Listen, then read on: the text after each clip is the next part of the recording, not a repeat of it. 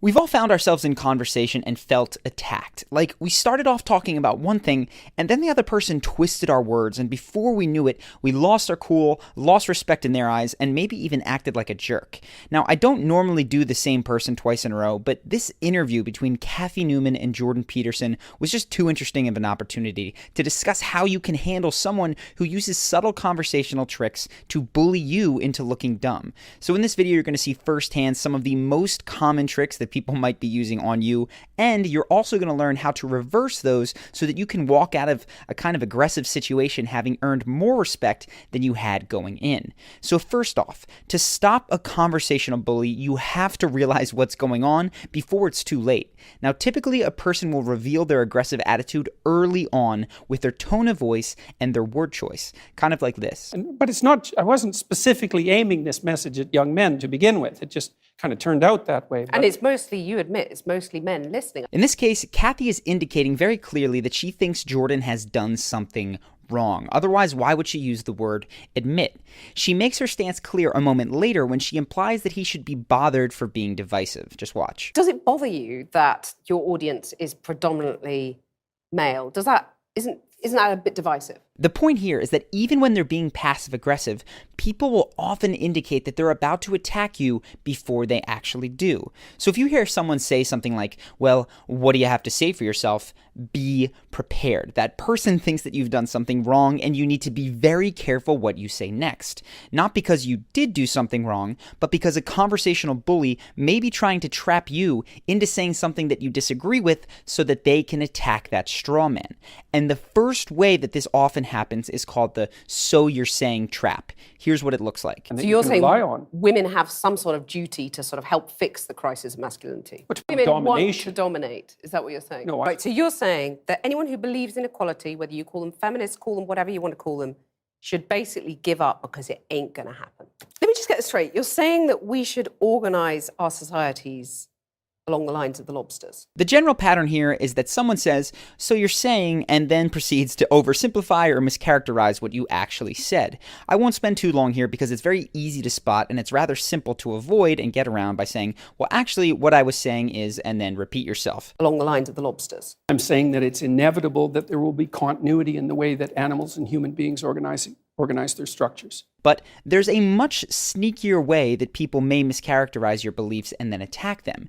Basically, it's when someone's words imply that you believe something you don't, and they don't actually say it. So in business, they call this assuming the sale. Like when a car salesman says, so would you like that with the leather interior or with the fabric interior? Before you've even decided to buy the car. Now, with a several $1,000s purchase, you're likely to notice this and say, whoa, whoa, whoa, who said I was buying in the first place?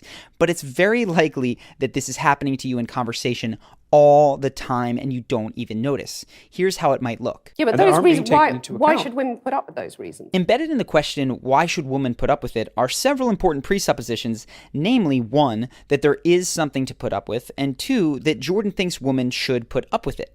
Now, the trap here for Jordan would be to answer Kathy's question directly, and many of us fall into it in similar situations. Then we start arguing for things that we don't even really believe, just out of habit. Instead, you need to identify that hidden presupposition and then call it out. So watch how carefully Jordan listens to Kathy's questions so that he can catch what she's not saying. Why should women be content I'm not not saying to that get they to the should top? put up with it. I'm saying that the claim... Here's another example of assuming the sale from later in that conversation. See if you can spot the hidden presupposition and ask yourself what you might say to respond to it. Which women do a lot of.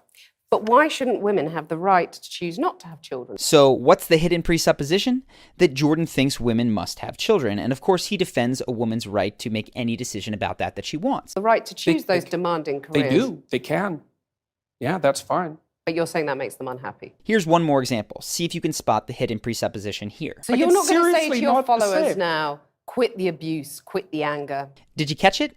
The presupposition is that Jordan's followers are abusing people. Now, he can't answer that question directly. He has to address that hidden point first, and he does. Well, we'd need some substantial examples of the abuse and the anger before I could detail that question. There's a lot of it out there. When I cut the clips like this, it makes it very easy to see these hidden presuppositions, but in real time, this can be difficult. One simple thing that you can do to make it easier on yourself is to purposely assume a relaxed posture, as Jordan does throughout this entire conversation. Now, this posture actually helps you to think less frantically because your body is signaling to your brain that everything is okay, you're in control. You will also want to give yourself some time to pause after each question, which Jordan definitely does. In addition, you're going to want to study up on frames and frame games, because there's clearly a whole level of conversation that is going on behind the words. Now, I've talked about this in other videos, specifically the one on Tyrion Lannister from Game of Thrones, and I'll leave a link to that in the description if you want to check it out.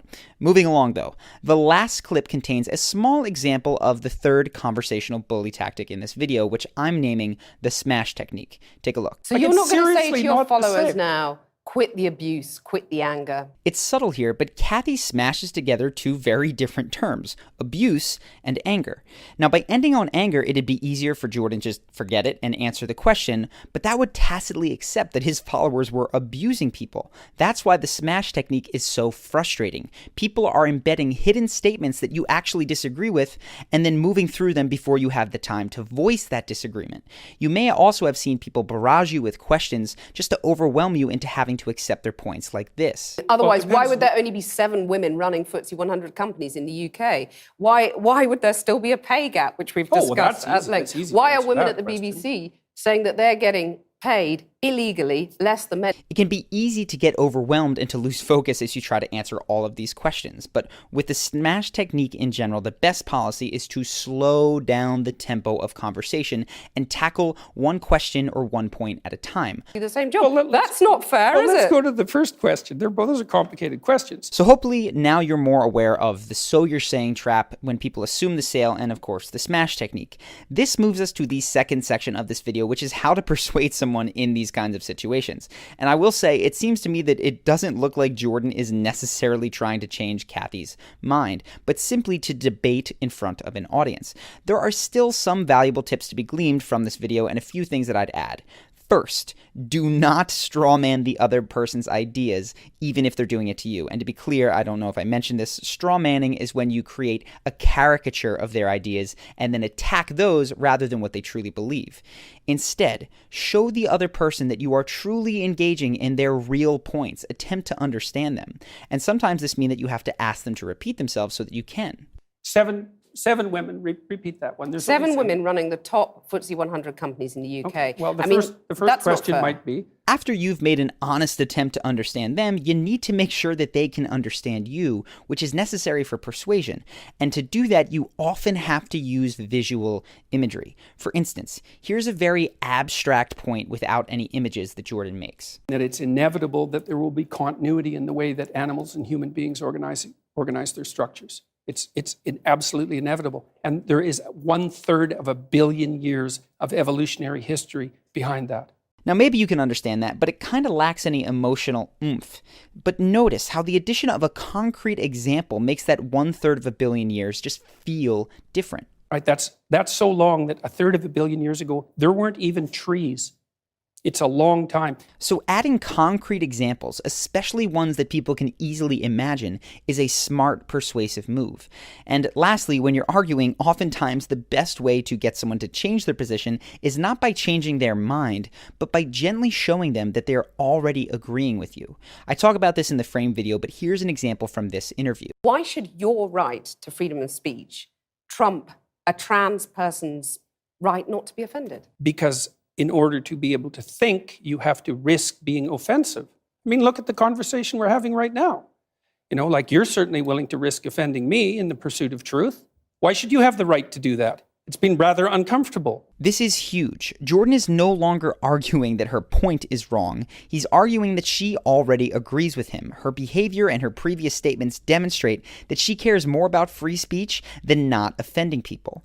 And then Jordan doesn't try to make this point wrong. He shows her how they're actually very much in alignment. You're doing what you should do, which is digging a bit to see what the hell's going on. So and that is what you should do. But you're exercising your freedom of speech to certainly risk offending me. And that's fine. I think more power to you as far as I'm concerned. And then, of course, Kathy feels stumped because she does actually agree with Jordan and she's proven it herself. People have a strong desire to remain consistent with things they've already said and done, so oftentimes this becomes one of the few ways to persuade someone who's really dug in their heels. You're basically showing them that they don't have to move in order to agree with you. They already do right where they're dug in. And then, of course, Jordan hits her with the gotcha. And I'm just trying to work that out. I mean, Ha, gotcha. you have got me. You have got me. Now, even though I laughed at that phrase at the time I was watching the interview, I have to say that last bit, gotcha, does not improve Jordan's persuasive case. It actually makes Kathy feel silly and wrong, as opposed to happy to discover that she and Jordan are really on the same team all along. And if I had to give one last point of constructive criticism, it would be that Jordan answered all of Kathy's questions rather than trying to proactively address her deeper, unstated emotional concern. And in my opinion, that emotional concern is that Jordan is her enemy, that if he believes something, it must be against her interests. If Jordan could have found that and pointed to a more common ground that they share, which we all of course have, I don't think the interview would have continued in such an argumentative fashion. But Jordan's role isn't necessarily to convince Kathy Newman of anything, it's to debate for an audience and to promote his book, which I think he did at an A+ level. If you think that I missed something or you just want to discuss, leave a comment below. I'm actually going to be checking periodically, but I will be most active in the comments for that first hour after the video goes live, which is now 2 p.m. Eastern on Mondays. So hit subscribe and hit the notification bell to make sure that you're notified when I'm here and chatting. That way you can hop on if you want to discuss anything with me or if you have a question that you'd like to ask. I also think that this video makes a very strong companion for both the Tyrion video that I mentioned about frames, which are super interesting, and the previous Jordan Peterson video, which will teach you how to get respect without being a bully. So click the screen if you want to check either of those out. Hopefully you guys enjoyed this video, and I will see you in the next one.